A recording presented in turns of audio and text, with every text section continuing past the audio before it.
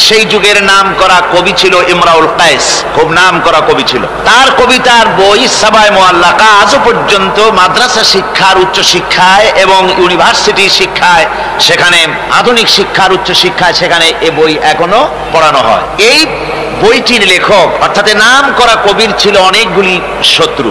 একদিন তার প্রাণের শত্রু তাকে ঘিরে ফেলেছে মরুভূমির ভেতরে, বলছে, তারা দুজন ছিল সংখ্যায়, বলল যে তোমাকে আমরা হত্যা করব। ইমরাউল কায়েস যখন দেখলো যে এদের হাত থেকে বাঁচার কোনো পথ নাই, তখন সে বলল, দেখো তোমরা তো আমাকে মারবে, কিন্তু একটা কথা আমি তোমাদেরকে বলি, আমাকে মারার পরে আমার দুটো মেয়ে আছে, মেয়ে দুটিকে একটি খবর পৌঁছে দেবে। কি খবর?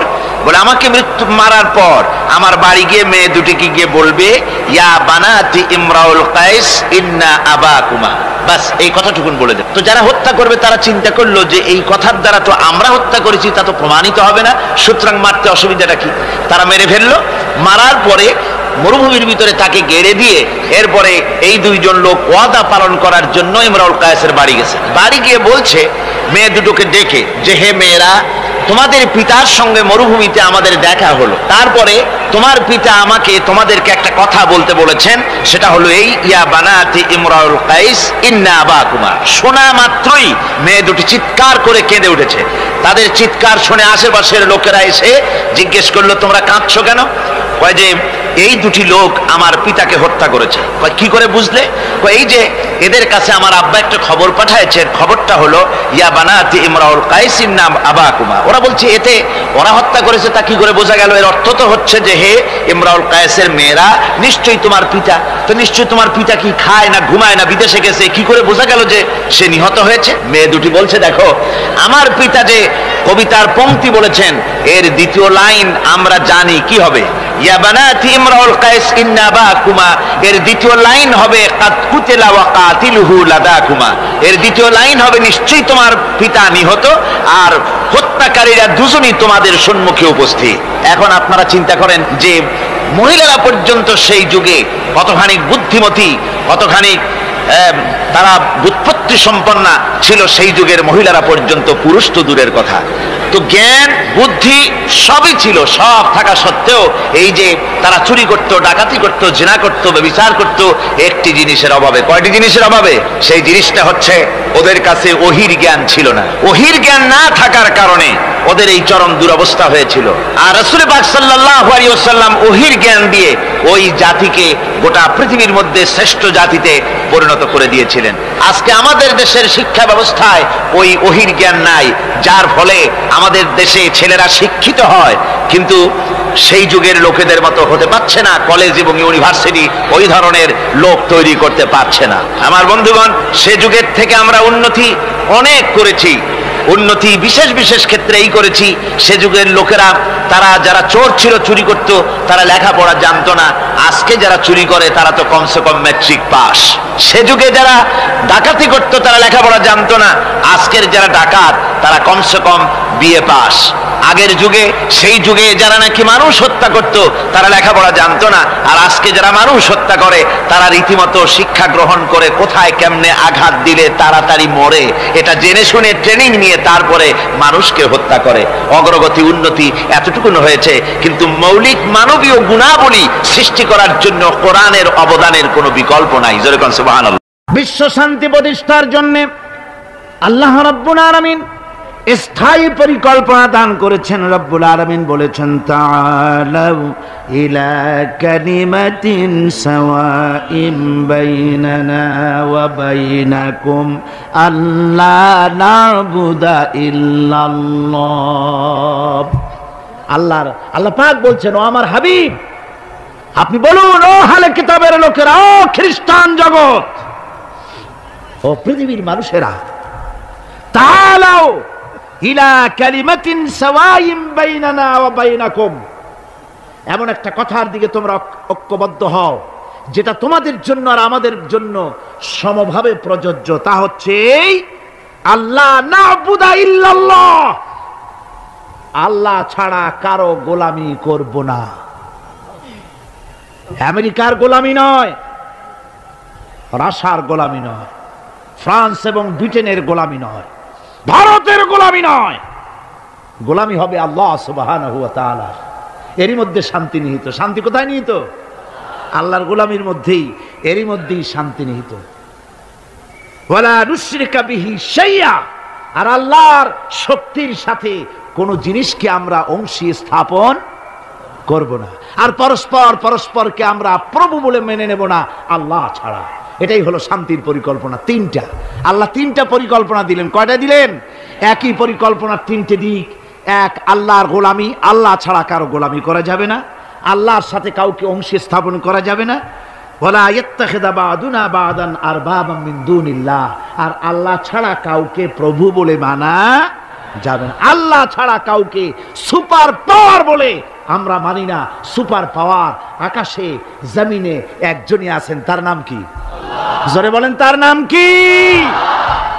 ওই আল্লাহ রাব্বুল আলামিন বলেছেন, ইনিল হুকমু ইল্লা লিল্লাহ।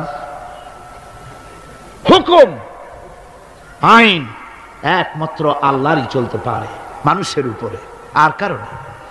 আলা লাহুল খালকু ওয়াল আমর, সৃষ্টি যার, আইন চলবে সেই আল্লাহ রাব্বুল আলামিনের। মানুষের এই কথা কেন আমাদের মাথার মধ্যে ঢোকে না? আমাদের মাথার মধ্যে এই কথা আসা দরকার। এই পৃথিবীতে কই একটা গরু তো আর একটার গরুর আইন মানে না।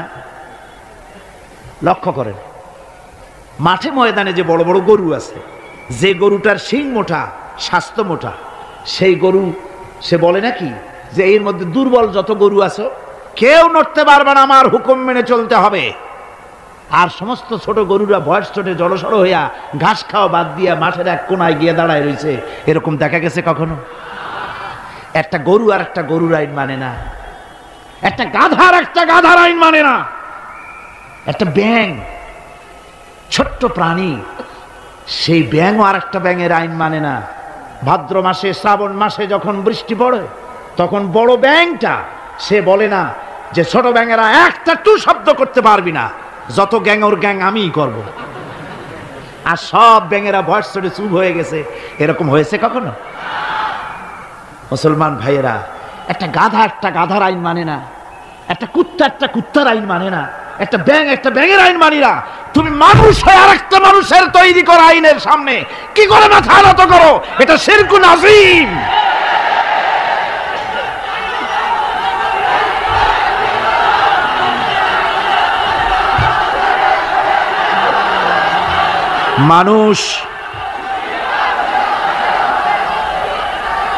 মানুষ কেবলমাত্র আল্লাহ রাব্বুল আলামিনের, আল্লাহ সুবহানাহু ওয়া তাআলার আইনকেই মানতে হবে, আর কারো আইন মানা যাবে না। এমন কি যেসব নেতারা আল্লাহর আইনকে মানতে বাধ্য করে না, সেসব নেতাদের নেতৃত্ব মানা। আল্লাহ রাব্বুল আলামিন কোরআনে কারীমের মধ্যে বলেছেন, ওয়ালা তুতিউ আমরাল মুসরিফিনা আল্লাযীনা ইউফসিদুনা ফিল আরদি ওয়ালা ইউসলিহুন। আল্লাহ পাক বলেন, ওই সব নেতাদের আনুগত্য মোটেও করো না যারা নাকি জমিনের উপরে বিপর্যয় সৃষ্টি করে, ফাসাদ সৃষ্টি করে, আর সংশোধনমূলক কোনো কাজ করে না। ওই সব নেতাদের কোনো কথা তোমরা মেনো না, তাদের অনুসরণ করো না। আইন মানা তো দূরের কথা, ওদের আনুগত্যও করো না। আল্লাহ পাক আরো বলেছেন, আলা লানাতুল্লাহি আলায যালিমিন আল্লাযীনা ইয়াসুদ্দুনা আন সাবিলিল্লাহি ওয়া ইয়াবগুনাহা ইওয়াজা। আল্লাহর লানত, আল্লাহর অভিসম্পদ ওই সব নেতাদের উপরে যারা নাকি আল্লাহর সহজ রাস্তাকে জটিল এবং বক্র করে দেয়, যারা আল্লাহর আইন মানুষকে মানার ব্যাপারে বাধ্য করে না, বরং আল্লাহর আইন মানুষ যাতে না মানে সেই চেষ্টাই যারা করে। আল্লাহর রাস্তায় ওয়াসুদ্দুন আন সাবিলিল্লাহ, আল্লাহর রাস্তায় যারা ইসলামী আন্দোলনের সামনে, আল্লাহর দ্বীনের সামনে যারা প্রতিবন্ধকতার সৃষ্টি করে, আল্লাহ বলেন তাদের উপরে আল্লাহর লানত, তাদের উপরে আল্লাহর কি লানত। এই জন্য কোরআনে কারীম বলছে, এই সমস্ত নেতৃত্ব খোদা বিরোধী নেতৃত্ব, আল্লাহদ্রোহী নেতৃত্ব যেখানেই প্রতিষ্ঠিত হয় সেখানে তারা দুইটা কাজ করে। যেখানে ইসলাম থাকে না, সেখানে তারা যদি ক্ষমতা দখল করে দুইটা কাজ করে। কয়টা কাজ? কোরআনে রব্বুল আলামিন কোরআনে কারিমে বলেছেন, ইন্নাল মুলুকা ইযা দাখালু কারিয়াতান আফসাদুহা ওয়া জাআলু আইজ্জাতা আহলিহা আযিল্লা ওয়া কাযালিকা ইয়াফআলুন। আল্লাহ রাব্বুল আলামিন বলেন, এই ধরনের লোকেরা যখন কোন জনপদের মধ্যে প্রবেশ করে, যাদের মন মগজের মধ্যে আল্লাহ নাই, রসুল নাই, দিন নাই, ঈমান নাই, এই চরিত্রের লোকেরা যখন কোন দেশকে দখল করে বা ক্ষমতায় যায়, তখন তারা দুই দফা কাজ করে। কয় দফা? দুই দফা কাজ করে। তার একটা দফা হলো, তারা সেই সমাজের ভিতরে সম্মানিত লোকগুলিকে বেইজ্জত করে, লাঞ্ছিত করে, আর সমাজের ভিতরে ফাসাদ বরপা করে দেয়। বাস্তব কিনা বলে? এই বাস্তবতা কি সন তারিখ দিয়ে বুঝাই দেওয়া লাগবে আপনাদেরকে? মানুষেরা আল্লাহ রাব্বুল আলামিন সাফ করে বলছেন, এরা যখন ক্ষমতায় যায় দুই দফা কাজ করে, দেশের সম্মানিত লোকগুলিকে বেইজ্জত করে দেয়, তারা লাঞ্ছিত করে, আর সমাজের মধ্যে বিপর্যয় ফাসাদ সৃষ্টি করে দেয়, মারামারি, কাটাকাটি, ব্যাংক লুট, মানুষ হত্যা, চতুর্দিকে ত্রাস সৃষ্টি করে তারা। পক্ষান্তরে আল্লাহ রাব্বুল আলামিন বলেন, পক্ষান্তরে যারা আমার দিন কায়েম করে, আমার মোমেন বান্দারা কোন দেশ যদি দখল করে, কোন দেশে যদি আমার ইসলাম কায়েম হয়ে যায়, তখন আমার বান্দারা চার দফা কাজ করে। কয় দফা?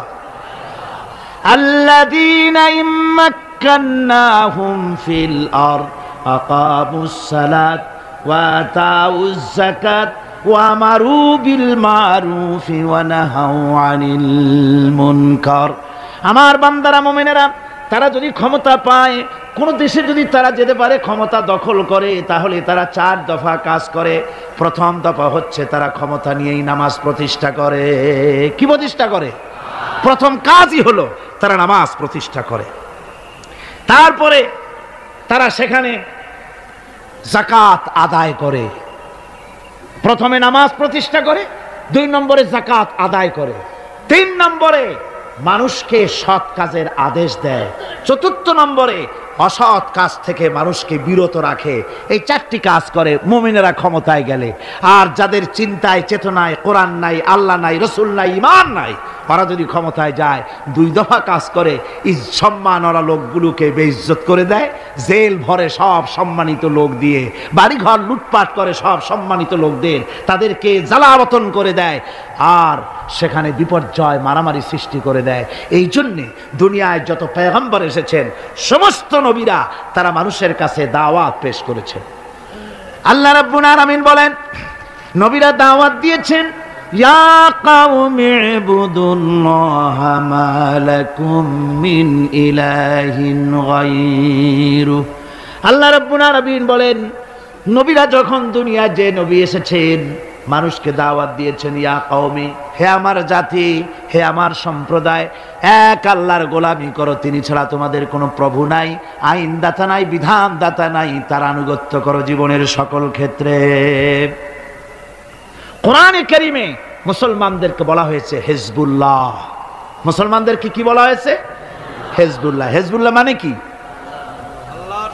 আল্লাহর সৈনিক। এই আল্লাহর সৈনিকদের, তাদেরকে আল্লাহ পাক এই পৃথিবীতে তাদের অস্তিত্ব প্রতিষ্ঠিত করেছেন কি কারণে? তার কারণ হচ্ছে রব্বুল আলামিন বলেছেন, কুনতুম খায়রা উম্মাতিন উখরিজাত লিন-নাসি তা'মুরুনা বিল মা'রুফি ওয়া তানহাউনা আনিল মুনকার। কুনতুম খায়রা উম্মাতিন, তোমরাই শ্রেষ্ঠতম জাতি, শ্রেষ্ঠতম দল, মানুষের কল্যাণের জন্য তোমাদেরকে পৃথিবীতে প্রেরণ করা হয়েছে। কাজ কি? তা'মুরুনা বিল মারুফ, মানুষকে ভালো কাজের জন্য উৎসাহিত করো, ভালো কাজের আদেশ দাও। ওয়া তানহাউনা আনিল মুনকার, আর সমস্ত খারাপ কাজ থেকে মানুষকে ফিরায় রাখো। সুতরাং এই পৃথিবী থেকে জুলম, শোষণ, অশান্তি, বিপর্যয়, দুঃখ, তারপরে যুদ্ধ, বিগ্রহ, সব কিছুর বিরুদ্ধে মুসলমানদেরকে ঐক্যবদ্ধভাবে লড়াইয়ের ময়দানে আসতে হবে। কোরআনে কারিমে রব্বুল আলামিন কথা এভাবে বলেছেন, ওয়াকাতিলুহুম হাত্তা লা তাকুনা ফিতনাতুন ওয়া ইয়াকুনা আদ-দীনু কুল্লুহু লিল্লাহ। আল্লাহ রাব্বুল আলামিন বলেন, সংগ্রাম করো, লড়াই করো ততক্ষণ পর্যন্ত যতক্ষণ না আমার দ্বীন প্রতিষ্ঠিত হয়ে যায় আর মানুষের তৈরি করা মতবাদের শেষ শিকড়টুকুনো যতক্ষণ মূলোৎপাটিত না হয় ততক্ষণ পর্যন্ত আমার দ্বীন প্রতিষ্ঠার জন্য লড়াই করো। ও মুসলমানেরা, যারা মুসলমান এই লড়াই, এই জিহাদের দায়িত্ব যদি গ্রহণ না করে, মুসলমানেরা যদি ঈমানের এই দায়িত্ব কবুল না করে, আল্লাহর দ্বীন প্রতিষ্ঠার জন্য যদি সংগ্রাম না করে, রব্বুল আলামিন বলেন, ইল্লা তাফআলুহু তাকুন ফিতনাতুন ফিল আরদি ওয়া ফাসাদুন কাবীর। ইল্লা তাফআলুহু, যদি তোমরা তা না করো তাহলে মনে রেখে দিও বিরাট বিপর্যয়, ভাঙন, মুসিবতের সম্মুখীন তোমাদের হতে হবে। পৃথিবীর মুসলমানেরা, আজ আমরা এই দায়িত্ব পালন করছি না বলে আমাদের সামনে এই বিরাট মুসিবত এসেছে বিশ্ব জুড়ে, ঠিক কিনা কর? একটু জোরে সোরে জিকির করেন, লা ইলাহা ইল্লাল্লাহ, লা ইলাহা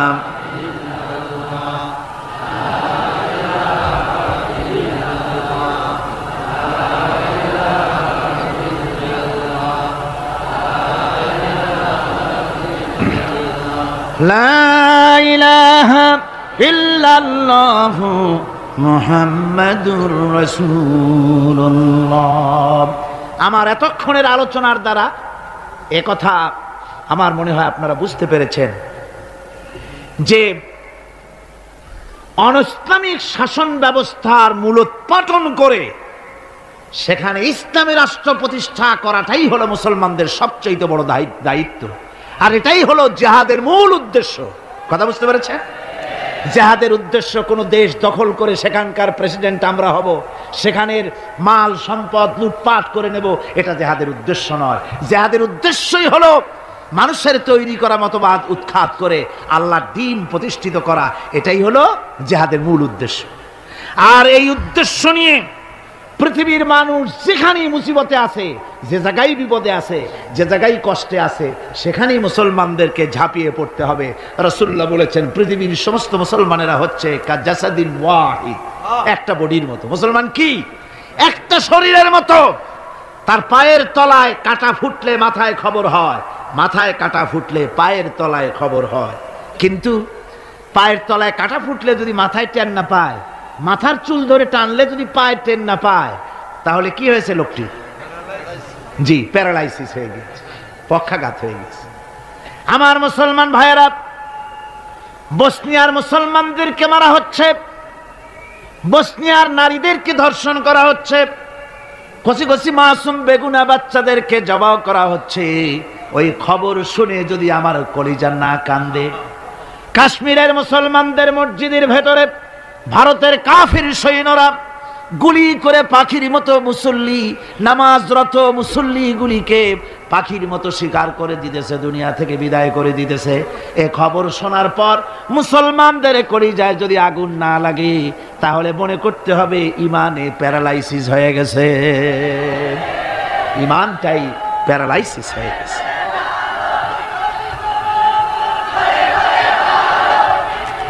আমার আল্লাহ রাব্বুল আলামিন, আমার আল্লাহ রাব্বুল আলামিন কোরআনে কারীমের মধ্যে পরিষ্কার বলেছেন, ওয়ামা লাকুম লা তুকাতিলুনা ফি সাবিলিল্লাহ ওয়াল মুস্তাদআফিনা মিনার রিজালি ওয়ান নিসাই ওয়াল বিলদানিল্লাযীনা ইয়াকুলুনা রাব্বানা আখরিজনা মিন হাযিহিল ক্বরিয়াতিয যালিমি আহলুহা। ওয়ামা লাকুম, কি হয়েছে তোমাদের? লা তুকাতিলুনা ফি সাবিলিল্লাহ, আমার রাস্তায় কেন সংগ্রাম করো না, কেন লড়াই করো না? ওয়াল মুস্তাদআফিন মিনার রিজাল, যেখানে নিপীড়িত, নিগৃহীত, আবাল বৃদ্ধ বনিতা, পুরুষ, নারী, কচি কচি শিশু, নির্যাতনে অতিষ্ঠ হয়ে আমার দরবারে ফরিয়াদ করে বলছে, আয় আল্লাহ, এই জালিমের জনপদ থেকে আমাদেরকে মুক্ত করো। এভাবে যখন কান্দে, ও মুসলমানেরা, তোমাদের কি হলো? তোমরা কেন ঝাঁপিয়ে পড়ো না তাদের সপক্ষে? কেন লড়াই করো? ভাইরা আমার, সারা বিশ্ব জুড়ে মুসলমানদের উপরে নির্যাতন চলছে। এই নির্যাতনের বিরুদ্ধে মুসলমানদেরকে ঐক্যবদ্ধ হতে হবে দ্বীন প্রতিষ্ঠা করার জন্য। দ্বীন যদি প্রতিষ্ঠিত হয় তাহলে নির্যাতন বন্ধ হয়ে যাবে, শয়তানি বদমাশি সব বন্ধ হয়ে গিয়ে সুখ এবং শান্তি প্রতিষ্ঠিত হবে। এই জন্য ইসলামে জিহাদের স্তর সম্পর্কে বলা হয়েছে। রাসূল পাক সাল্লাল্লাহু আলাইহি ওয়াসাল্লাম বলেছেন, ফামান জাহাদাহুম বিয়াদিহি ফাহুয়া মুমিন ওয়ামান জাহাদাহুম বিলিসানিহি ফাহুয়া মুমিন ওয়ামান জাহাদাহুম বিকলবিহি ফাহুয়া মুমিন ওয়া লাইসা ওয়ারা যালিকা মিনাল ঈমানি হাব্বাতু খারদালিন। মুসলিম শরীফের হাদিস। আল্লাহর নবী বলতেছেন, যে ব্যক্তি অন্যায়ের বিরুদ্ধে হাত দিয়ে লড়াই করবে সে ব্যক্তি মুমিন। যে মুখ দিয়ে কথা বলবে এটার বিরুদ্ধে সেও মুমিন। যে ব্যক্তি মনে মনে এটাকে ঘৃণা করবে সেও মুমিন। এরপরে ইমানের কোনো স্তর নাই, ইমানের আর কোনো জায়গা নাই, শেষ শেষ। তাহলে ফার্স্ট ক্লাস মুমিন কে? যে ব্যক্তি হাত দিয়ে বাধা দেয়। ফার্স্ট ক্লাস মুমিন কে? যে ব্যক্তি অন্যায়ের বিরুদ্ধে তার দুহাত উত্তোলন করে অন্যায়কে চুরমার করে দেওয়ার জন্য জেগে আসে, সেই হলো ফার্স্ট ক্লাস মুমিন। এটা যদি না পারে তাহলে মনে মনে খারাপ তাহলে মুখ দিয়ে বলতে হবে। এটা হলো সেকেন্ড ক্লাস। মুখ দিয়ে বলা কি? Second class. মুখ দিয়ে বলতে হবে। মুখেও যদি প্রতিবাদ করতে না পারো, মনে মনে খারাপ জানো, এর পেছনে কোনো ইমানের দরজা নাই, স্তর নাই। তবে মনে মনে খারাপ জানা, আর খারাপ জানার অর্থ কি? মনে মনে খারাপ জেনে এই পরিস্থিতির কেমন করে পরিবর্তন আসতে পারে সেই চিন্তা ভাবনা দরদ যদি কলিজায় না থাকে তো ইমানের খাতায় নামটাও থাকবে না। মুমিনদেরকে আল্লাহ দ্বীন প্রতিষ্ঠার জন্য জিহাদে অংশগ্রহণ করতে হবে। তাদেরকে এই জিহাদ হচ্ছে আল্লাহ পাকের পক্ষ থেকে বিরাট নিয়ামত মুসলমানদের জন্য। আমার ভাইয়েরা, ঈমান হচ্ছে জিহাদের সাথে অঙ্গাঅঙ্গি ভাবে জড়িত। আল্লাহর পথে জিহাদের বিরাট মর্যাদা। সে মর্যাদার কথা আমি সূরা আস-সাফ আলোচনা করতে গিয়ে তার প্রথম দিনেই, প্রথম রুকুতেই আপনাদের সামনে পেশ করেছি। আল্লাহ রাব্বুল আলামিন বলেন, ইন্নাল্লাহা ইউহিব্বুল্লাযীনা ইউকাতিলুনা ফি সাবিলিহি সাফফান কাআন্নাহুম বুনিয়ানুম মারসুস।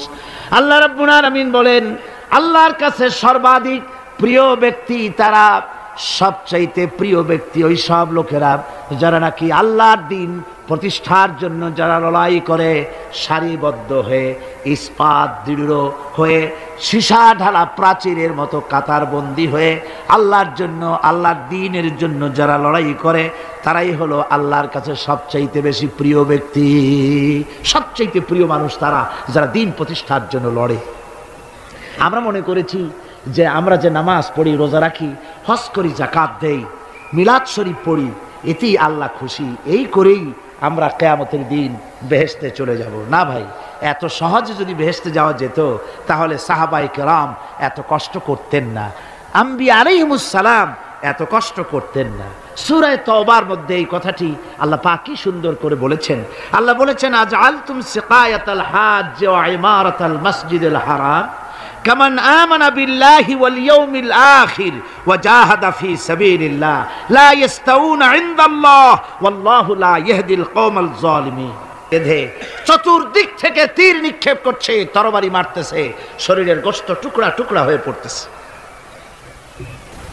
লা তামাসসুহান নার ওয়া আইনুন বাকাত মিন খাশিয়াতিল্লাহ ওয়া আইনুন বাতাত তাহরিসু ফি সাবিলিল্লাহ। রাওয়াহু তিরমিজি। হযরত ইবনে আব্বাস রাদিয়াল্লাহু তাআলা তিনি বলছেন, আমি রাসূলুল্লাহকে বলতে শুনেছি, আল্লাহ নবী বলেছেন, দুইটি চোখকে জাহান্নামের আগুন দুইটা চোখকে স্পর্শ করবে না। একটা চোখ হচ্ছে গভীর রাত্রে যারা আল্লাহর ভয়তে জাহান্নামের ভয়তে যারা কান্দে, জাহান্নামের আগুন ওই চক্ষুকে স্পর্শ করবে না। আর যারা দিন প্রতিষ্ঠার জন্য, আল্লাহর দিন কায়েমের জন্য ময়দানে যারা লড়াই করে, রাতের বেলায় পাহারা দেয়, ওই পাহারারত চোখের মধ্যে জাহান্নামের আগুন ওই চোখে স্পর্শ করবে না। আমার ভাইরা, হযরত উসমান রাদিয়াল্লাহু তাআলা আনহু বলছেন, মান রাবাতা লাইলাতান ফি সাবিলিল্লাহ কানাত কাআলফি লাইলাতিন সিয়ামুহা ওয়া কিয়ামুহা। হাজার রাত ধরে রোজা রাখলে, হাজার রাত ধরে ইবাদত করলে, আর হাজার দিন ধরে রোজা রাখলে যে সওয়াব হবে, একটা ঘন্টা একটা রাত যদি কেউ পাহারা দেয় আল্লাহর দ্বীনকে প্রতিষ্ঠার জন্য, আল্লাহর দ্বীনের কোন ইসলামী রাষ্ট্রের প্রহরায় যদি কেউ যদি থাকে, একটা রাতে পাহারা দিয়ে যে সওয়াব হবে, হাজার হাজার বছর ধরে নামাজ রোজা করে ওই সওয়াব পাওয়া যাবে না। সুবহানাল্লাহ। অর্থাৎ হাজার বছর ধরে নামাজ রোজা করার মতোই সওয়াব পাহারা দেওয়া আল্লাহর দ্বীনের ইসলামের রাষ্ট্রকে। বন্ধুগণ, রাসূল পাক সাল্লাল্লাহু আলাইহি ওয়াসাল্লাম তিনি বলেছেন, কিয়ামতের দিন জাহান্নামের আগুন আর জিহাদের ময়দানের ধুলি, এই দুটি একসঙ্গে কোনো মানুষের পেটের মধ্যে প্রবেশ করবে না। রাসূল পাক সাল্লাল্লাহু আলাইহি ওয়াসাল্লামের একটি হাদিস যা মিশকাত শরীফের মধ্যে বর্ণিত আছে। মিশকাত শরীফের সম্ভবত 336 পৃষ্ঠায় এই হাদিসটি বর্ণনা করা হয়েছে যে হযরত ইবনে আইস রাদিয়াল্লাহু তাআলা আনহু হচ্ছেন এই হাদিসের রাবী। তিনি বলছেন, একবার হুজুর সাল্লাল্লাহু আলাইহি ওয়াসাল্লাম এক ব্যক্তির জানাজায় গিয়ে উপস্থিত হলেন। হযরত ওমর রাদিয়াল্লাহু তাআলা আনহু তখন হুজুরকে বললেন, হে রাসূল, আপনি এই লোকটার জানাজা পড়বেন? এই লোক তো ইসলামের এই ক্ষতি করেছে, সেই ক্ষতি করেছে, অমুক করেছে, এই লোকটার আপনি জানাজা পড়বেন? হুজুর তখন উপস্থিত লোকদের জিজ্ঞেস করলেন, হাজিরিন, তোমরা কি কেউ এই লোকটাকে কোনো ইসলামের ভালো কাজ করতে দেখেছো? একজন লোক দাঁড়িয়ে গেলেন, তিনি বললেন, হে আল্লাহর নবী, আমি সাক্ষী, আমি দেখেছি।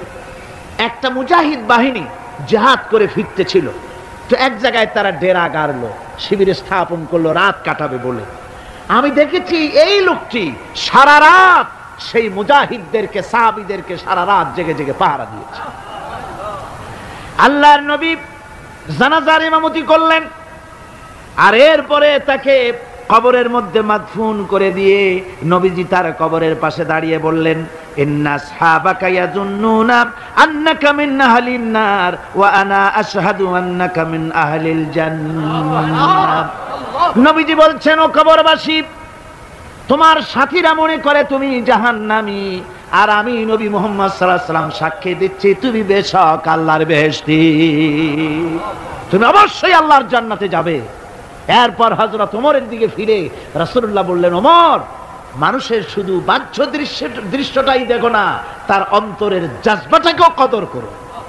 সুবহানাল্লাহ বিহামদিহি। এই জিহাদের ময়দানে যারা কাজ করে, জান দেয়, মাল দেয়, আল্লাহ পাক তাদের উপরে রহম করেন। এই জিহাদ হচ্ছে এক অগ্নি পরীক্ষা। এই জিহাদটা কি? অগ্নি পরীক্ষা। এমনি এমনি বেহেশতে যাওয়া যাবে না ভাই। আল্লাহ রাব্বুল আলামিন কোরআনে কারীমের মধ্যে বলেছেন, আহাসিবান নাসু আইয়ুতরাকু আইয়াকুলু আমান্না ওয়া হুম লা ইফতানুন।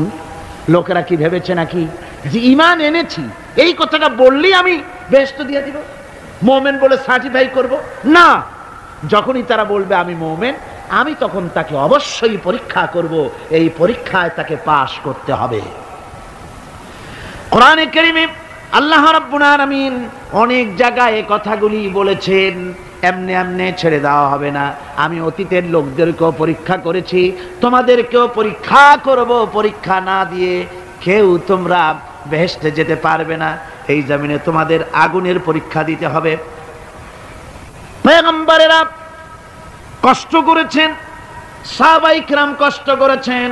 আল্লাহ রাব্বুল আলামিন তিনি বলছেন, আম হাসিবতুম আন তাদখুলুল জান্নাতা ওয়া লাম্মা ইয়াতিকুম মাসালুল লাযীনা খালাউ মিন ক্বাবলিকুম মাসাতহুমুল বাসাউ ওয়াদ-দাররাউ ওয়া যুলজিলু হাত্তা ইয়াকুলার রাসূলু ওয়াল্লাযীনা মাহু মাতা নাসরুল্লাহ আলা ইন্না নাসরাল্লাহি করিব। আল্লাহ রাব্বুল আলামিন বলেন, তোমরা কি মনে করেছো যে তোমরা বেহেশতে প্রবেশ করবে, অথচ তোমাদের পূর্বে যারা এই পৃথিবীতে এসেছিল তাদেরকে আমি যেমন পরীক্ষা করেছি ওরকম পরীক্ষা এখনো তোমাদের উপরে আসে নাই, ওরকম বিপদও আসে নাই, মুসিবতও আসে নাই। এমন বিপদ এসেছিল নবীদের উপরে, সাহাবায়ে কিরামদের উপরে, যে বিপদে মানুষ জর্জরিত হয়ে গিয়ে নবী এবং তার সাথী সঙ্গীরা এ কথা তারা মুখ থেকে বেরিয়ে গেছে, মাতা নাসরুল্লাহ, আয় আল্লাহ তোমার মদত কখন আসবে, তোমার মদত কখন আসবে, মার খেতে খেতে তো শেষ হয়ে গেলাম। এইভাবে যখন মার আসে চতুর্দিক থেকে আর মুমিনেরা ময়দানে পা জমায়ে টিকে থাকে দিন প্রতিষ্ঠার জন্য, আল্লাহ তখন খুশি হয়ে এক সময় ঘোষণা করে দিবেন, আলা ইন্না নাসরাল্লাহি করিব, আর দেরি নাই, আমার মদত আমার সাহায্য তোমাদের জন্য অবধারিত। সুবহানাল্লাহ। আমার ভাইরা, বিষয়টা সহজ নয়। শুধু দুইটা সেজদা দিয়া, শুধু তাহাজ্জুদের দুই কিছু নামাজ পড়িয়া আল্লাহর জান্নাতে যাওয়া এত সহজ নয়, রাস্তা খুব কঠিন, রাস্তা খুব। ये शहादत गाहे उल्फत में कदम रखना, ये शहादत गाहे उल्फत में कदम रखना, लोग समझते हैं आसान है मुसलमान होना। এটা হলো শাহাদাতের উত্তপ্ত ময়দানে পা রাখা। লোকেরা মনে করে ইসলাম গ্রহণ করা, মুসলমান হওয়া বুঝি বড় সহজ ব্যাপার। এত সহজ না। আমরা হানফি মাসলাকের লোক, ইমাম আবু হানিফার মাসলাক অনুযায়ী চলি। আমরা মনে করি বেহেশতে এমনি যাব, কিন্তু আমাদের ইমাম সাহেব কি করছেন ওই ইতিহাস আমাদের জানা নেই। খাজা বাবার মহব্বতে অস্থির। রজব মাস আসলে পরে বড় বড় ডেক্সি চড়ায়, সেই ডেক্সির উপরে লাল শালু বিছায়, তারপরে টাকা পয়সা রোজগার বহুত করে। আসলে তো খাজা না, আসলে হচ্ছে ইয়া খাজা কুস্তু আজা, পেট তো ভর যা। পেট ভরার জন্য পয়সা করে ইনকাম করা। খাজার লা ইলাহা ইল্লাল্লাহ এই চিশতিয়া তরিকার জিকির গ্রহণ করা হয়েছে, কিন্তু চিশতিয়া তরিকা যে আরেকটা আছে, তারাগার পর্বতে পৃথিবীরাজের সঙ্গে লড়াই করা, সেইটার কাছে নেই আমরা, সেটা না। ইমাম আবু হানিফা শুধু মস্তাই বলেন নাই, দিন প্রতিষ্ঠার জন্য রক্ত দিয়েছে, ঠিক কিনা? 8 বছর, 8টি বছর পর্যন্ত কারারুদ্ধ ছিলেন। তাকে জিজ্ঞেস করা হয়েছে, ইমাম সাহেব জেলের মধ্যে তো আছেন, কষ্ট হয়? ইমাম সাহেব বলেছেন, না কষ্ট হয় না, তবে মাঝে মাঝে একটু কষ্ট হয় মনে। 2-4 মাস পর পর আমার বুড়ি মাকে এনে হাজির করা হয় জেলখানার মধ্যে, আর আমার মায়ের সামনে আমাকে পেটানো হয়, যেন মা মাকে বলে যে এদের সাথে একমত হয়ে যা, সেই জন্য পেটানো হয়। তা আমার মা আমার মায়ের দেখে, আর মায়ের চোখ থেকে পানি পড়তে থাকে, তখন আমার মনে বড় কষ্ট লাগে।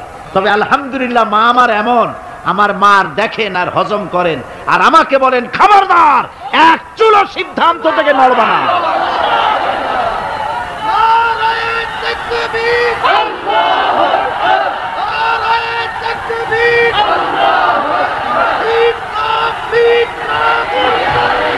আমার ভাইরা, ইমাম মালিক 28 দিন পর্যন্ত তাকে বাতিলরা বেঁধে গেছে, হাত পিঠ মোড়া দিয়ে 28 দিন বাঁধা।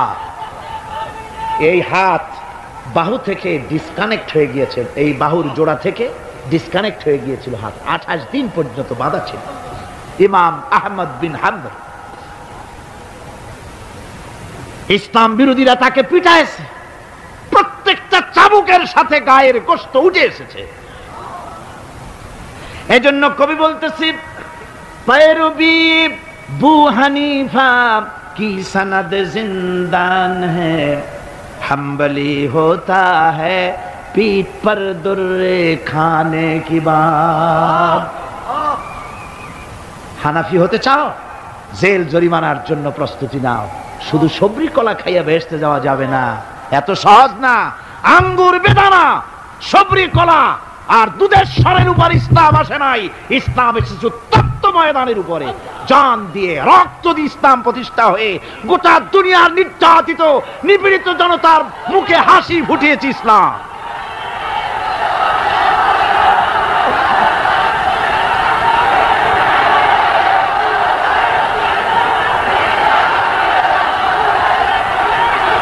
আমার ভাইয়েরা, এই জিহাদ যখন শুরু হয়ে যাবে, মুসলমানেরা যখন আল্লাহর দয় বিধান কায়েমের জন্য যখন লড়াইয়ের ময়দানে যখন ঝাঁপায়া পড়বে, সে ময়দানে যদি তাদের অস্ত্র কম থাকে, জনসংখ্যা কম থাকে, আল্লাহ রাব্বুল আলামিন ওয়াদা করেছেন, ওয়া কানা হাক্কান আলাইনা নাসরুল মুমিনিন। আল্লাহ রাব্বুল আলামিন বলেন, মুমিনরা যখন বিপদে পড়ে যায় তখন মুমিনদের সাহায্য করা আমি আল্লাহর জন্য ওয়াজিব হয়ে যায়। আমি আল্লাহর জন্য ওয়াজিব। আমার মুমিন ময়দানে মার খাবে আমার দ্বীনের জন্য, আর আমি তাকায় তাকে দেখব না, তা হবে না। প্রাথমিক পর্যায়ে দেখব যে তোমরা আসলেই দ্বীন প্রতিষ্ঠার জন্য লড়ো কিনা। তোমাদের বিবি বাল বাচ্চা তোমাদের সামনে শেষ হবে, ঘর বাড়ি জ্বলে যাবে, চাকরি যাবে, সব যাবে, তারপরেও আমার দ্বীন প্রতিষ্ঠার জন্য ময়দানে টিকে থাকো কিনা। যদি তা থাকো তাহলে আমার মদদ অবশ্যম্ভব। আর কাফিরদের বিরুদ্ধে বিজয়ের জন্য রব্বুল আলামিন বলেছেন, ওয়া কাফাল্লাহুল মুমিনিনাল কিতালা ওয়া কানাল্লাহু কাবিয়ান আজিজা। কাফেরদের বিরুদ্ধে লড়াইয়ের ময়দানে মুসলমানদেরকে সাহায্য করার জন্য আল্লাহই যথেষ্ট। কে যথেষ্ট? আল্লাহ যথেষ্ট। রব্বুল আলামিন বলেছেন, ওয়ালা তাহিনু ওয়ালা তাহজানু ওয়া আনতুমুল আলাউনা ইন কুনতুম মুমিনিন। কোনো ভয় নাই, কোনো চিন্তা নাই, যদি তোমরা মুমিন হও আমি আল্লাহ রাব্বুল আলামিন তোমাদেরকে বিজয়ী করব। এ ওয়াদা কার? আল্লাহ। আল্লাহর ওয়াদা কখনো মিথ্যা হয়? আল্লাহ কি মিথ্যা কথা বলেন? নাউযুবিল্লাহ। ওয়া মান আসদাকু মিনাল্লাহি কিলা। আমি আল্লাহর চাইতে সত্যবাদী আর কে হতে পারে? আল্লাহ পাক বলছেন, আমি সাহায্য করব তোমাদেরকে, যদি প্রয়োজন হয় তাহলে আমি ফেরেশতা দিয়ে সাহায্য করব। সুবহানাল্লাহ বলে আল্লাহ রাব্বুল আলামিন সূরা আল আনফালের ভিতরে ঘোষণা করেছেন, দুনিয়ার মানুষকে তিনি শোনায় দিচ্ছেন নবীজির সঙ্গে সাহায্যের ব্যাপারে যে কথাবার্তাগুলি হয়েছিল।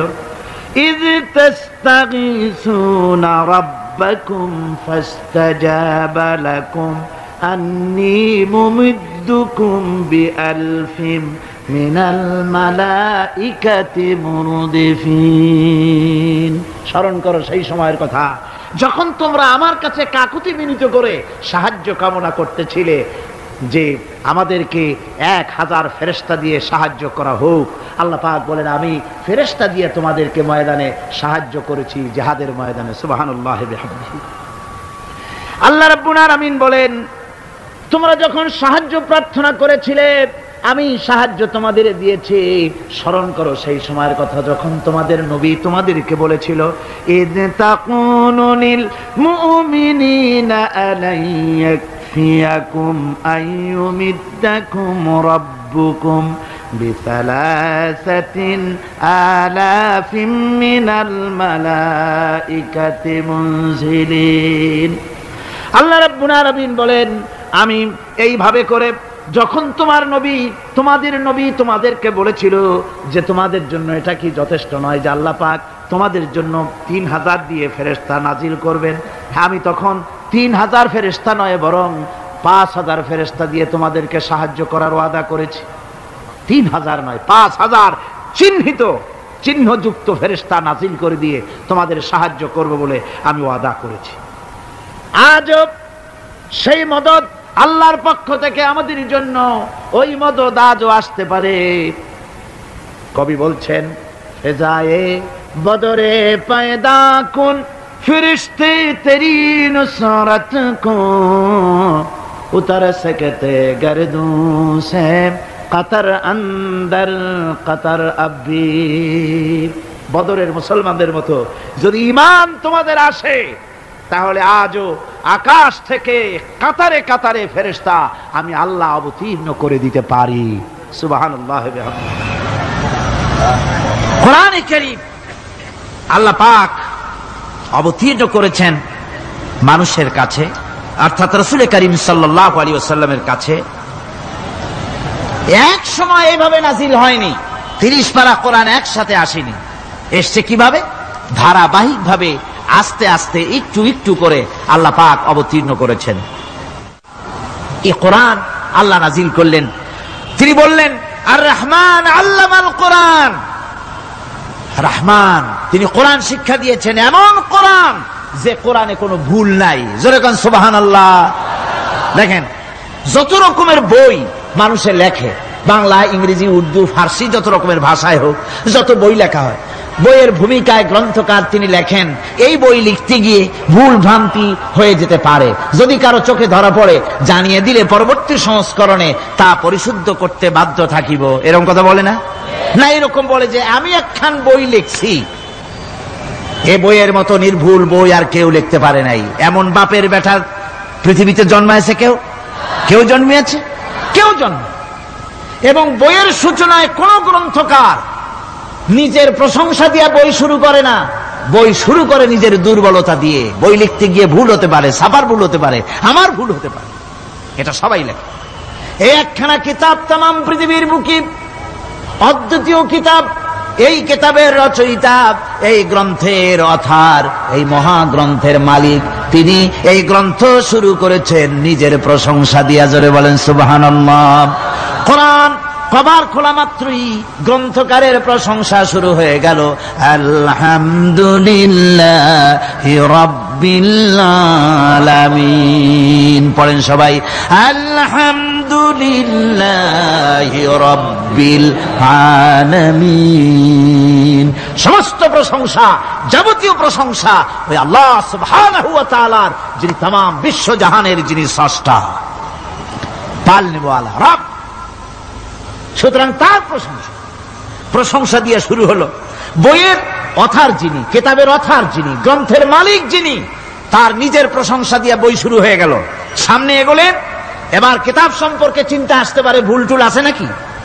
কিতাব খোলা মাত্রই প্রশংসার পরে দেখতে পাবেন, যালিকাল কিতাবু লা রাইবা ফীহি।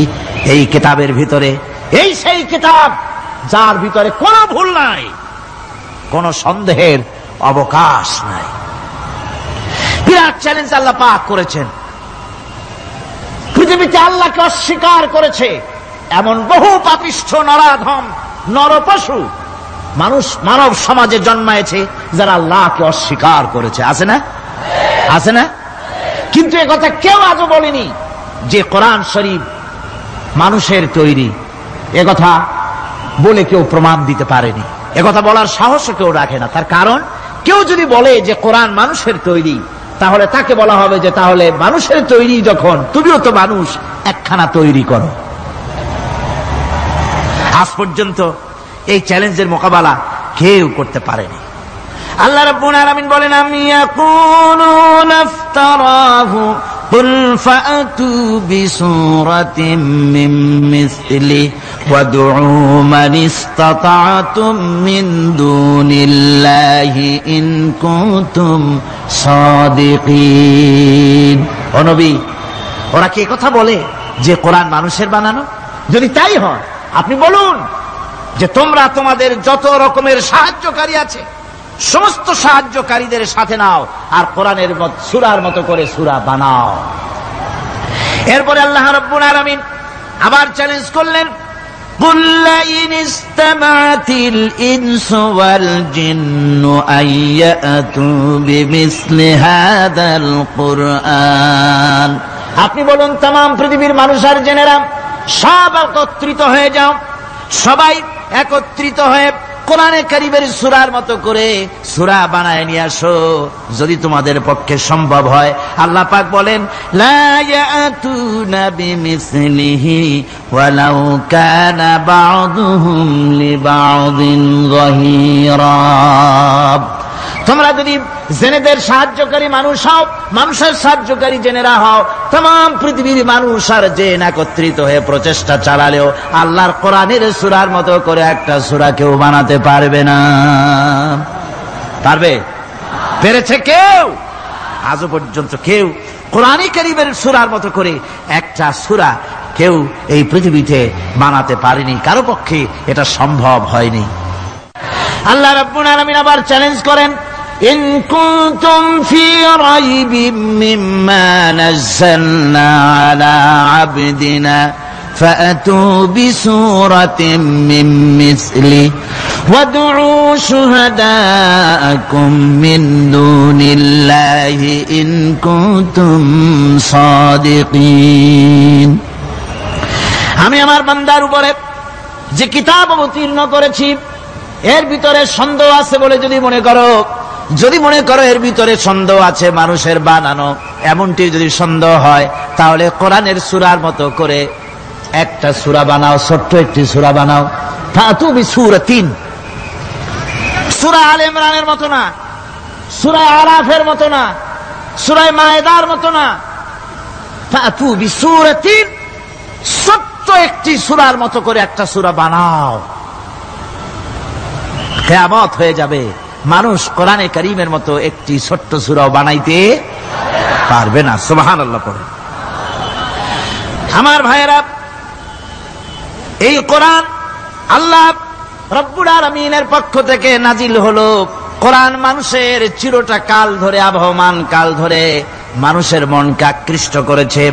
কোরআনে কারীমের এর ভাষা, এর লালিত্য, এর মাধুর্য, এর রচনা শৈলী এবং এর গতিময় ছন্দ, এর শব্দ বিন্যাস মানুষকে মুগ্ধ করেছে চিরকাল ধরে। আল্লাহর নবী বলেন, এ কোরআন যখন আমি তেলাওয়াত করতেছিলাম একটা রাত্রে, যে রাতে আমার তেলাওয়াতের সামনে ছিল জেনেরা যখন আমার কাছ থেকে তেলাওয়াত শুনল, ইসমিআতু হাত্তা ক্বালু ইন্না সামি'না কুরআনান আজাবা। আমার মুখ থেকে যারা যখন তেলাওয়াত শুনল, জেনারা তখন এ কথা না বলে পারে নাই, আমরা এক আশ্চর্য ধরনের কিতাব শুনেছি। জোরে বলেন সুবহানাল্লাহ। ইন্না সামি'না কুরআনান আজাবা, এক আশ্চর্য ধরনের কোরআন শুনেছি। বলতেছে সেই সব জেনেরা যাদের বয়স 1000 বছর, 1500, 2000 বছর, 500 বছর, যারা জাবুর শুনেছে, ইনজিল শুনেছে, তাওরীত শুনেছে, সেসব জেনেরা বলছে ইন্না সামি'না কুরআনান আজাবা, আশ্চর্য কিতাব শুনেছি। এমন এক কিতাব ইয়াহদি ইলার রুশদ, যে কিতাব শুনলে পরে শ্রোতাকে হেদায়েতের রাস্তা দেখায় দেয়, এমন এক কিতাব শুনলাম। আর এই কিতাব শোনা মাত্র ফামান্না বিহি, কোরআন শুনলাম আর ঈমান আনলাম। নবীজি বলেন, জেনেরা আমার মুখে তেলাওয়াত শুনে পড়ে নিল লা ইলাহা ইল্লাল্লাহু মুহাম্মাদুর রাসূলুল্লাহ। এই কোরআন এমন এক কোরআন, মান ক্বালা বিহি সাদাকা, এ কোরআন শরীফ থেকে যে কথা বলে সেই সত্য কথা বলে। কোরআন থেকে যে কথা বলে সে কি বলে? তার কারণ কোরআন এসেছে কার কাছ থেকে? ওয়ামান আসদাকু মিনাল্লাহি কিলা, আমি আল্লাহর চাইতে সত্যবাদী আর কে হতে পারে? আল্লাহর নবী বলেন, কোরআন থেকে যে কথা বলে সেই সত্য কথা বলে। আর ওয়ামান আমিলা বিহি উজরা, এই কোরআন যে আমল করবে তাকে পুরস্কার দেওয়া হবে, সে পুরস্কৃত হবে, দুনিয়ায় পুরস্কার পাবে, আখিরাতেও পুরস্কার পাবে। সুবহানাল্লাহ। ওয়ামান হাকামা বিহি আদালা, আর কোরআন থেকে যে বিচার ফয়সালা করবে সেই কেবলমাত্র সঠিক সুষ্ঠু বিচার কায়েম করবে, সোশ্যাল জাস্টিস সেই করতে পারবে, সুবিচার জাস্টিস কায়েম সেই করতে পারবে। ওয়ামান দাআ ইলাইহি হুদিয়া ইলা সিরাতিম মুস্তাকিম। আর কোরআন থেকে যে দাওয়াত দেয়, কোরআনের দিকে যে দাওয়াত দেয়, সেই কেবলমাত্র সঠিক সহজ সরল রাস্তার দিকে দাওয়াত দেয়। যেই দাওয়াত শুরু হয় পৃথিবীর মাটি থেকে আর শেষ হয় গিয়া জান্নাতুল ফেরদাউসে। আমার ভাইয়েরা, কোরআন এর পরিচয়ের কথা বলতেছিলাম। আল্লাহ পাক কি কোরআন আমাদের শিখালেন, কোন কোরআন আমাদের শিখিয়েছেন, সেই কোরআনের পরিচিতি আপনাদের সামনে আমি তুলে ধরতেছি। আমি নিজে না, এবার কোরআন তার পরিচয় নিজেই দেবে। কেউ যদি কোরআনের কাছে জিজ্ঞাসা করে, কোরআন তুমি কোথা থেকে নাজিল হয়েছ, কে তোমাকে নাজিল করেছে, এই প্রশ্ন যদি কেউ কোরআনের কাছে করে, কোরআন নিজেই তার জবাব দিতে পারে কিনা? কোরআন নিজেই বলে, তানজিলাম মিম্মান খালাকাল আরদা ওয়াস সামাওয়াতিল উলা। এই কোরআন নাজিল করেছেন তিনি, যিনি ওই সুউচ্চ আকাশ আর জমিনকে যিনি সৃষ্টি করেছেন, সেই আল্লাহ আমারে নাজিল করেছেন। কোরআনের কাছে কেউ যদি প্রশ্ন করে, ও কোরআন, এই পৃথিবীতে নাজিল হওয়ার আগে তুমি কোথায় ছিলে, কেউ যদি প্রশ্ন করে, কোরআনে কারীম নিজে নিজের পরিচয় শোনায়, আমি কোথায় ছিলাম শোনো। বাল হুয়া কুরআনুম মাজিদুন ফি লাউহিম মাহফুজ। বরং এই কিতাব অতীব মর্যাদা সম্পন্ন সুরক্ষিত ফলকে লিপিবদ্ধ ছিল, আমি ছিলাম লৌহে মাহফুজে, সেখান থেকে এসেছি। যদি কেউ প্রশ্ন করে, কোরআন কি কোরআন, তুমি কার উপরে অবতীর্ণ হয়েছ, জবাব কোরআন নিজেই দেয়, ওয়া আমিনু বিমা নুজিলা আলা মুহাম্মাদ ওয়া হুয়াল হাক্কু মির রাব্বিহিম। ঈমান আনো সেই জিনিসের উপরে যেটা মুহাম্মদ সাল্লাল্লাহু আলাইহি ওয়াসাল্লামের উপর অবতীর্ণ হয়েছে। আবার অন্য আয়াতেও জবাব পাওয়া যায়, তাবারাকাল্লাযী নাযালাল ফুরকানা আলা আবদিহি লিয়াকুনা লিল আলামিনা নাযীরা। অতীব বরকতপূর্ণ মহান সত্তা সেই আল্লাহ রাব্বুল আলামিন, যিনি তার বান্দার পরে ফুরকান অবতীর্ণ করেছেন। সুবহানাল্লাহ বিহামদি। কোরআনের নাম আমি বলেছিলাম শুধু কোরআন নয়, অনেক নাম আছে। কোরআনের আরেক নাম ফুরকান। কোরআনের আরেক নাম কি? আল ফারকু বাইনাল হাক্কি ওয়াল বাতিল। কোরআন হচ্ছে সেই মহাসত্য যা মিথ্যা এবং সত্যের মধ্যে পার্থক্য সূচিত করে, মঙ্গল এবং অমঙ্গলের মধ্যে পার্থক্য সৃষ্টি করে, যা সত্য এবং মিথ্যার মধ্যে তাফরিকা সৃষ্টি করে, সত্যকে মানুষকে বুঝিয়ে দেয়। তার নাম হচ্ছে ফুরকান। এবার যদি প্রশ্ন করা হয়, ও কোরআন, বুঝলাম তুমি লৌহে মাহফুজে ছিলে, বুঝলাম তুমি নবীজির উপরে নাজিল হয়েছ, এবার বলো তুমি কোন মাসে নাজিল হয়েছ, তুমি তো আসছিলা প্রথম কোন মাসে নাজিল হয়েছ? এ প্রশ্ন যদি কেউ করে, কোরআন তার জবাবে বলবে, শাহরু রমাদানাল্লাযী উনজিলা ফীহিল কুরআন। রমজানের পবিত্র মাসে আমি অবতীর্ণ হয়েছি। সুবহানাল্লাহ। যদি প্রশ্ন করা হয়, রমজানে তো আসছো, কিন্তু প্রথম নাজিল হয়েছিল কোন সময়, ওটা কি দিন ছিল না রাত ছিল? কোরআন তার জবাবে বলে, ইন্না আনজালনাহু ফি লাইলাতিল কদর। কদরের পবিত্র রাতে আমি এই পৃথিবীতে আমার আগমন ঘটেছিল। যদি প্রশ্ন করা হয়, বুঝলাম সবই, কেন নাজিল হয়েছে তুমি, এই পৃথিবীতে তোমার আসার উদ্দেশ্য কি, মূল কাজটা কি, এই প্রশ্ন যদি করা হয়, কোরআনে কারীম তার জবাবে বলে, শোনো কেন এসেছি। লিতুখরিজান নাসা মিনাজ যুলুমাতি ইলান নূর। আমার মিশন হচ্ছে গোটা বিশ্ব মানবতাকে পুঞ্জীভূত জমাট বাঁধা অন্ধকারের ভেতর থেকে টেনে বের করে আলোর সন্ধান দিতে, আলোর দিকে আনার জন্য আমি কোরআন নাজিল হয়েছি। গোটা পৃথিবীর মানুষ আছে অন্ধকারের ভিতরে। কিসের মধ্যে? অন্ধকার কি? অন্ধকার হচ্ছে পুঁজিবাদ, অন্ধকার সমাজতন্ত্র, অন্ধকার ধর্ম নিরপেক্ষতাবাদ, অন্ধকার জাতীয়তাবাদ। মানুষের তৈরি করা যত মতবাদ সব কি? জোরে কোন, সবগুলি কি? অন্ধকার। এই অন্ধকারের ভেতর থেকে মানুষগুলিকে টেনে আনবে কোরআন কিসের দিকে? আলোর দিকে। এবার যদি প্রশ্ন করা হয়, বুঝলাম তুমি অন্ধকার থেকে আলোর দিকে নিয়ে আসবে, আলোর দিকে আসলে পরে ফায়দাটা কি হবে, মূল ফায়দাটা বুঝায় দাও, আসল ফায়দা কি হবে তোমারে যদি মানি। কোরআন তার জবাব দেয়, নিজের পরিচয় নিজে তুলে ধরে, ফামান তাবিআ হুদায়া ফালা খাউফুন আলাইহিম ওয়ালা হুম ইয়াহজানুন। এই কোরআনকে যদি মেনে চলো, এই কোরআনের আইন যদি মানো, সমাজে মানো, ব্যক্তিতে মানো, পরিবারে মানে, রাষ্ট্রে মানো, জীবনের সব ক্ষেত্রে সমস্ত জায়গায় যদি এই কোরআনকে মেনে চলো, ফালা খাউফুন আলাইহিম, তাহলে তোমাদের কোনো ভয় থাকবে না, ওয়ালা হুম ইয়াহজানুন, কোনো চিন্তাও থাকবে না। কিসের ভয় থাকবে না? কোরআনের আইন মেনে যদি চলো সমাজে ও রাষ্ট্রে, চুরির ভয়, ডাকাতির ভয়, জেনার ভয়, হত্যার ভয়, সন্ত্রাসের ভয়, কোনো ভয় থাকবে না। ওয়ালা হুম ইয়াহজানুন, চিন্তাও থাকবে না। খাওয়া পড়া, শিক্ষা, চিকিৎসা, বাসস্থান, এগুলির কোনো চিন্তা থাকবে না। কোরআনের সমাজে সব কিছুর গ্যারান্টি দেওয়া হবে, সবগুলি পেয়ে যাবে। এখন যদি আবার প্রশ্ন করা হয়, কোরআন বুঝলাম তোমারে মানলে পরে সব ফায়দা হবে, তাহলে এবার জবাব দাও, তোমার ভিতরে কি রাজনীতি আছে নাকি? আমি তো মানুষ, আমার রাজনীতি করা লাগে। ম্যান ইজ সোশ্যাল অ্যানিম্যাল, আমরা তো জঙ্গলের পশু নই, আমরা তো মানুষ। আমাদের সমাজ আছে, আমাদের পৌর নির্বাচন আছে, আমাদের জাতীয় নির্বাচন আছে, আমাদের কলকারখানা আছে, জমিন আছে, আমাদের রাজনীতি, অর্থনীতি, সমাজনীতি আছে, পারিবারিক নীতি আছে, অনেক নিয়ম মালা আছে, নিয়ম নীতি আছে। তোমারে মানলে তোমার ভিতরে কি ওগুলো আছে নাকি, সে কথা বলো। কোরআন তার জবাবে বলে, وَنَزَّلْنَا عَلَيْكَ الْكِتَابَ تِبْيَانًا لِكُلِّ شَيْءٍ وَهُدًى وَرَحْمَةً وَبُشْرَى لِلْمُسْلِمِينَ।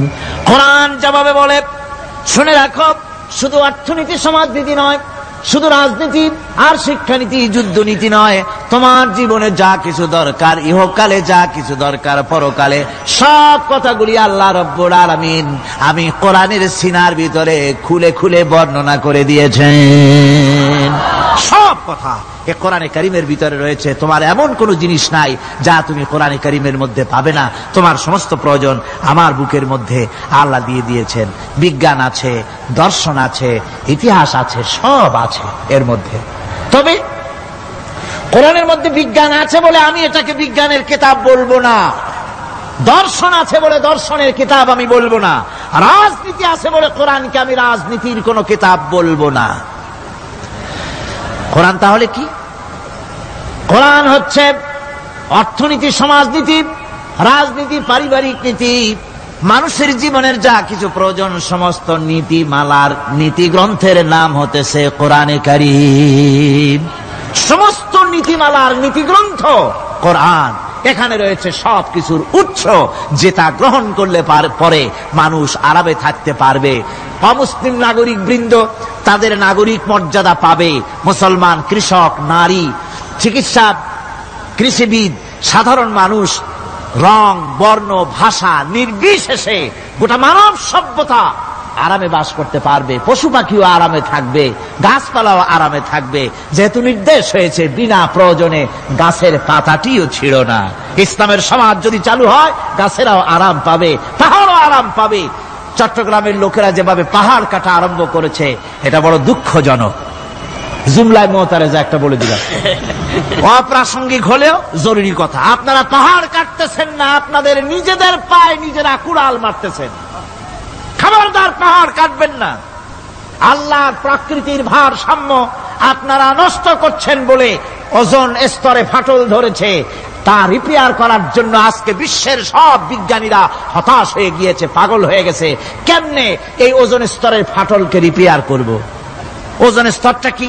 ওজোন স্তর হচ্ছে, সুবহানাল্লাহ, আল্লাহর যে কত দয়া।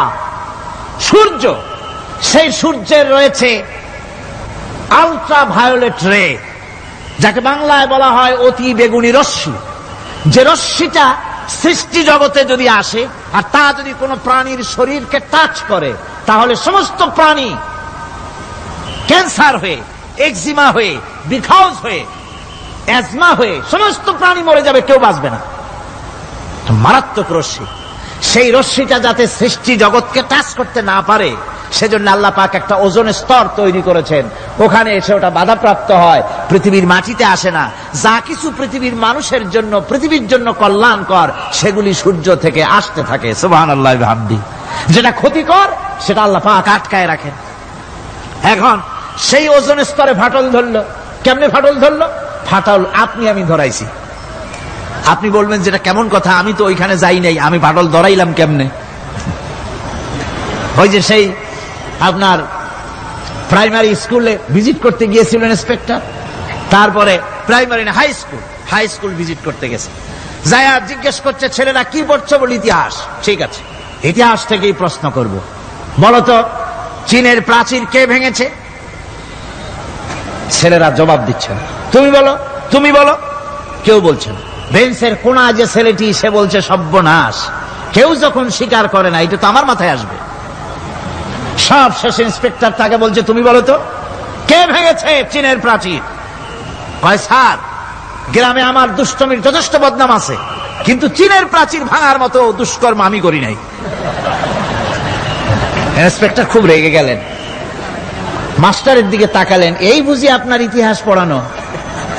মাস্টার ইন্সপেক্টরের বিরক্তি ভরা মুখ দেখে বলছেন, স্যার রাগ করবেন না, এসব ছাত্র তো আমার, ওদের অবস্থা তো আমি জানি। আপনি আসছেন ঢাকা থেকে, আপনি জানবেন কি? আমি হলপ করে বলতে পারি আমার ক্লাসের কোন ছাত্র চীনের প্রাচীর ভাঙে নাই। ইন্সপেক্টর রাগ হইয়া চলে গেছে হেডমাস্টারের রুমে, যায় বলছে যে আমি আপনার স্কুলের গ্রান্টকে আমি নাকচ করে দেব, মঞ্জুরি আমি ক্যান্সেল করে দেব। কেন? এই অবস্থা। হেডমাস্টার বলছে স্যার রাগ করবেন না, আপনার জন্য কিছু টাকা পয়সাও রাখছি হাদিয়া, বড় একটা চর্বিযুক্ত খাসিও জবাহ করা হয়েছে, পুকুর থেকে রুই মাছ তোলা হয়েছে। তারপরেও আমার ছাত্ররা, টিচাররা বলার পরেও যদি আপনার সন্দেহ হয়ে থাকে যে আমার ছাত্ররাই ভাঙছে, তো ওই আপনি অসন্তুষ্ট হবেন না, রাগ করবেন না স্যার, ওই প্রাচীর ভাঙতে যা খরচ লাগে আমি কিছু খরচ দেব, তো আপনি রাগ করেন না। এখন চিন্তা করেন, স্কুলের ছাত্র থেকে শুরু করে হেডমাস্টার পর্যন্ত জ্ঞানের বহর। তো বলতেছিলাম, আপনি আমি ওজন স্তরে ফাটল ধরিয়েছি, তার অর্থ এই নয় যে আপনারা গিয়ে ওখানে কুড়াল মারিয়ে ওটারে ভাঙছেন। তাহলে ওটা কি হয়েছে? কোরআনে কারিমে রব্বুল আলামিন বলেন, ওয়ামা আসাবাকুম মিন মুসিবাতিন ফাবিমা কাসাবাত আইদিকুম ওয়া ইয়াফু আন কাসীর। যত বিপদ তোমাদের উপর আরোপিত হয়, সমস্ত বিপদ তোমাদের দুই হাতের কামাই করা। কে বলছেন? আল্লাহ পাক। ওজন স্তরে ফাটল ধরেছে, এটা বিপদ, বিশ্বের সমস্ত মানব সভ্যতা সৃষ্টি জগতের জন্য বিপদ। এই বিপদের জন্য দায়ী পৃথিবীর মানুষ। কিরকম? সেটা হচ্ছে গাড়ির পেছন থেকে যে কালো ধোঁয়া বের হয়, কল কারখানার চিমনি থেকে যে কালো ধোঁয়া বের হয়, এই কালো ধোঁয়াগুলি, তারপরে সমস্ত কেমিক্যাল উইপেন সেগুলি যে টেস্ট করা হয়, তার রিয়াকশন ইত্যাদি, এই কালো ধোঁয়া এবং সমস্ত মারণাস্ত্রগুলি এক্সপেরিমেন্ট করার সমস্ত এই রিয়াকশনগুলি সবগুলি গিয়ে ওই ওজন স্তরে ফাটল ধরিয়ে দিয়েছে। আস্তে করে পাতলা হয়ে এটা ফেটে গিয়েছে, অতি বেগুনি রশ্মি আসা শুরু করেছে। এটাকে বন্ধ করার জন্য বিজ্ঞানীরা আজ মরিয়া হয়ে গিয়েছে। ইনশাআল্লাহ আল্লাহ পাক তার বিজ্ঞানীদের মানুষের মাথায় বুদ্ধি এনে দিবেন, রিপেয়ারও হয়ে যাবে ইনশাআল্লাহ। সবাই বলেন ইনশাআল্লাহ। তাহলে বললাম কেন এই কথাটা? এই জন্য বললাম যে কোরআনে কারীমের মধ্যে আল্লাহ রাব্বুল আলামিন সব কথা বলে দিয়েছেন, কোনো কথা বাদ রাখেন নাই। পাহাড়গুলি ভেঙে আমরা ক্ষতি করতেছি, গাছগুলি কেটে আমরা ক্ষতি করতেছি, প্রকৃতির ভারসাম্য নষ্ট করে দিচ্ছি, ফলে সমুদ্রের পানি স্ফীত হচ্ছে, ভূমিকম্প বাড়তেছে, ঘূর্ণিঝড় হচ্ছে, টর্নেডো হচ্ছে, পৃথিবী বিধ্বস্ত হয়ে যাচ্ছে, ক্লাইমেটের পরিবর্তন আসছে। আজকে পৌষ মাস, এটা কি মাস? কত তারিখ? দেখেন বাংলা ভাষাকে কত মহব্বত করি। যদি বলি আজকে ডিসেম্বরের কত তারিখ, গড় গড় করে মুখস্থ হয়ে যাবে। বাংলারে খুব ভালোবাসি, মাসটার তারিখ বলতে পারলাম না, দুঃখিত। এই হলো আমাদের ভালোবাসা। আজকে পৌষ মাসের অর্ধেকও শেষ হয়ে যাচ্ছে, অথচ মনে হচ্ছে শীত যেন তার শ্বশুর বাড়ি বেড়াতে গেছে। এই যে অবস্থা, এই অবস্থা শুধু বাংলাদেশে নয়, গোটা পৃথিবীতে ক্লাইমেটের একটা বিরাট পরিবর্তন আসতেছে, একটা বড় রকমের পরিবর্তন আসতেছে। এর কারণ হচ্ছে এই পৃথিবীর মানুষেরা নিজেরাই প্রকৃতির ভারসাম্যকে নষ্ট করে দিয়েছে। এই ভারসাম্য নষ্ট হওয়ার কারণে আবহাওয়ার পরিবর্তন হচ্ছে, সামুদ্রিক জলোচ্ছ্বাস বাড়তেছে, ভূমিকম্প, আগ্নেয়গিরি ইত্যাদি হচ্ছে এবং পৃথিবীর মানুষ বিধ্বস্ত হচ্ছে। বলতেছিলাম এই কোরআনে কারীমের মধ্যে আল্লাহ পাক সব কথা বলে রেখেছেন। যদি জানতাম, বুঝতাম, তাহলে এই অবস্থার সৃষ্টি হতো না। এটা বিজ্ঞানের বই নয়, রাজনীতির বই নয়, সমাজনীতির বই নয়, বরং সমস্ত নীতিমালার উচ্চ, জ্ঞানের উচ্চ হচ্ছে আল কোরআন। জ্ঞানের উচ্চ কি? আরো জোরে বলেন, জ্ঞানের উচ্চ কি? আল কোরআন। পবিত্র কোরআনে এমন এমন ঘটনা আল্লাহ পাক বলেছেন যা ষষ্ঠ শতাব্দীর দুনিয়া এ সম্পর্কে কিছুই জানতো না। অবশ্য কিছু কিছু ঘটনা ইহুদিদের কিতাবে অতিরঞ্জিত আকার এবং বিকৃত অবস্থায় এসেছে, কিন্তু কোরআনে কারীম দুনিয়ার মানুষকে আদম সৃষ্টি, নূহের বন্যা, তারপরে মুসা আলাইহিস সালাম ফেরাউনের ঘটনা, ইব্রাহিম আলাইহিস সালামের নমরুদের ঘটনা এবং ইউসুফ আলাইহিস সালামের কাহিনী সবগুলিকে সুন্দর করে কোরআন শরীফ উপস্থাপনা করেছে রাসূলের মাধ্যমে, যা পৃথিবীর ইতিহাসে কেউ জানতো না। সেগুলি আল্লাহ পাক জানাইছেন কিভাবে? কোরআনে কারীম বলছে, তিলকা মিন আম্বাইল গায়বি নূহিহা ইলাইকা মা কুনতা তা'লামুহা আনতা ওয়ালা কওমুকা মিন ক্বাবলি হাযা। এ হলো সব অজ্ঞাত ঘটনা। সমস্ত ঘটনাগুলি আল্লাহ পাক তার হাবিবকে শুনিয়ে বলে দিলেন, সব অজ্ঞাত ঘটনা যা তুমি জানতে না, তোমার কোনো জানা ছিল না, আমি ওহীর মাধ্যমে তোমাকে সব জানাইছি। ইউসুফ আলাইহিস সালামকে যখন তার ভাইয়েরা কুয়ার মধ্যে ফেলে দিতেছিল তখন তুমি উপস্থিত ছিলে না, এই ঘটনা ওহীর মাধ্যমে আমি জানালাম। মুসা আলাইহিস সালামকে যখন ফেরাউন দরিয়ার ভিতরে ফেলে দিল, সেই সময় তুমি সিনাই পর্বতের পাশে দাঁড়িয়ে সব দৃশ্য লক্ষ্য করনি, অথচ আমি ওহীর মাধ্যমে সব তোমাকে খুলে খুলে বলে দিয়েছি। আল্লাহ পাক সমস্ত ঘটনাগুলিকে বলে বলে কোরআন শরীফের মধ্যে সব সাজিয়ে দিলেন, বলে দিলেন। তিনি বললেন, ওয়ামা কুনতা বিজানিবিল গারবি ইয কাদাইনা ইলা মুসাল আমরা ওয়ামা কুনতা মিনাশ শাহিদিন। ফিরআউন যে মুসার সঙ্গে যে ব্যবহারটা করলো, এ সময় সেখানে তুমি উপস্থিত ছিলে না, আমি ওহীর মাধ্যমে তোমাকে তা জানিয়েছি। কাযালিকা নাকুসসু আলাইকা মিন আনবাই মা ক্বাদ সাবাকা ওয়া ক্বাদ আতাইনাকা মিন লাদুন্না যিকরা। আল্লাহ পাক বলেন, এভাবে আমি আপনার কাছে অতীত ঘটনাবলী ওহীর মাধ্যমে নিখুঁতভাবে আপনার সামনে সব বলে দিয়েছি। আমার ভাইয়েরা, এই বিশ্বলোকে ঊর্ধ্ব লোক সম্পর্কে নির্ভুল তথ্য বর্ণনা আল্লাহ পাক করে দিয়েছেন কোরআনের মাধ্যমে। 1665 খ্রিস্টাব্দে স্যার আইজাক নিউটন তিনি আবিষ্কার করলেন মাধ্যাকর্ষণ শক্তিকে। এই মাধ্যাকর্ষণ শক্তি, ল অফ গ্রাভিটেশন, এ সম্পর্কে মানুষের এই থেকে কিছু জানলো, কিন্তু আজ থেকে 1400 বছর আগে আল্লাহ রাব্বুল আলামিন তার উম্মি নবী, যিনি কোনো বিজ্ঞানাগারে লেখাপড়া করেন নাই, কোনো সায়েন্স রিসার্চ করেননি, যিনি কোনো কলেজ ইউনিভার্সিটিতে পড়াশোনা করেননি, তার মাধ্যমে জানিয়েছেন মাধ্যাকর্ষণ শক্তির কথা। কোরআন বলছে, ইন্নাল্লাহা ইউমসিকুস সামাওয়াতি ওয়াল আরদা আন তাজুলা। এই পৃথিবী এবং সমস্ত গ্রহ উপগ্রহকে আল্লাহ পাক বলছেন, আমি এমন এক শক্তি দিয়েছি যে শক্তির মাধ্যমে একটা আরেকটাকে আকর্ষণ করে রাখছে।